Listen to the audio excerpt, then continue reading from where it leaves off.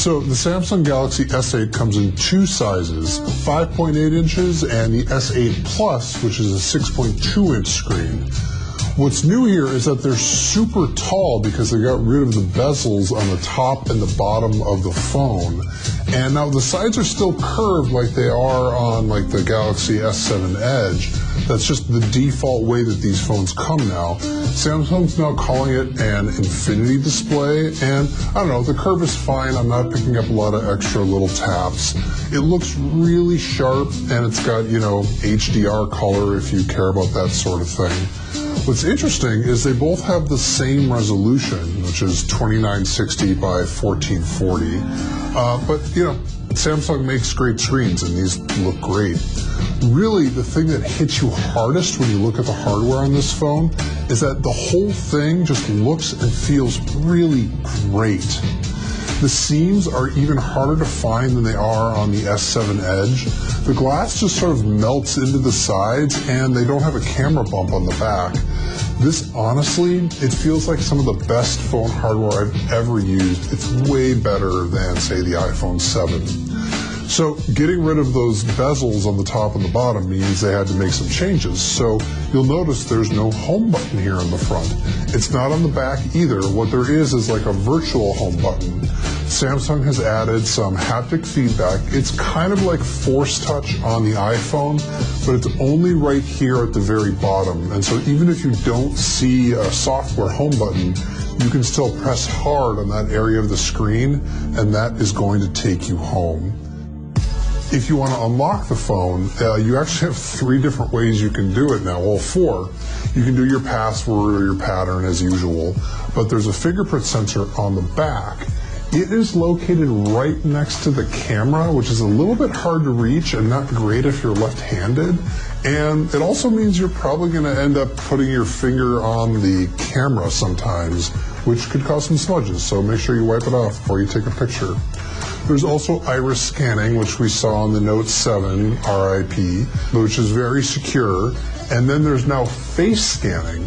I don't think it's quite as secure as the iris scanning or the fingerprint sensor, but my God, is it fast. Like, look at how fast this thing unlocks. You blink and you miss it. You don't have to wait for it to scan your face at all. It just works. They're a little bit narrower than the Galaxy S7 and the S7 Edge, and they're just a little bit thicker, but not so much that you really notice it.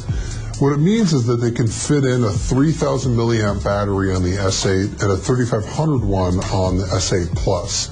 That's not exactly pushing the limit in terms of battery capacity, but I have to imagine that Samsung isn't really interested in pushing the limit on battery capacity right now after what happened with the Note 7. They also do all the stuff that you normally expect from a Samsung phone. It's got IP68 waterproofing, there's 4 gigs of RAM, there's 64 gigs of onboard storage, and yes, there's expandable storage here, and yes, there is a standard 3.5 millimeter headphone jack. One thing that Samsung didn't change is the camera. On the back, it's still a 12 megapixel sensor, although Samsung says it has improved the image processing software.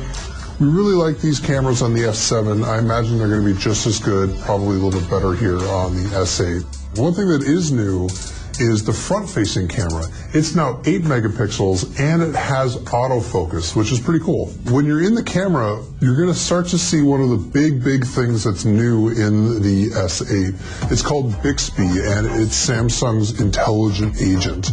So let me just show you how it works in the camera to start. When you've got the camera app open, you can hit this button and then it'll go into Bixby mode, and it's going to auto-detect whatever it sees on the screen. So if I pointed at some flowers, it's going to recognize that they're flowers and show me pictures of more flowers, or maybe let me go buy some flowers.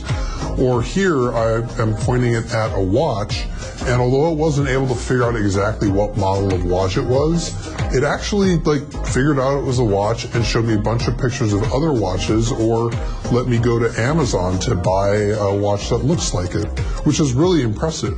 But beyond like AR stuff in the camera, what Bixby is really for is to sort of make it easier to use Samsung's own software. Their goal is to have anything that you would do by touching the phone, you can do by speaking to the phone. And so with any compatible app, it's of course starting on Samsung's apps. And the way that you trigger it is by holding down the side button, which is actually a really bold move. They've got a whole extra button here, and if Bixby turns out to not be that great, they've basically wasted part of the hardware of the phone on this thing. So we're gonna have to see, but unfortunately we weren't able to try Bixby yet. It is still, coming out when the phone comes out. They didn't have it here at the demo station. So pre-orders for the S8 and the S8 Plus begin on March 30th, and it goes on sale on April 21st. In the US, it's going to be available in 3 colors, black, gray, and silver. And I can't tell you the pricing yet because that's always up to the carriers. So you're just going to have to go see what Verizon or AT&T or T-Mobile or Sprint are going to charge you.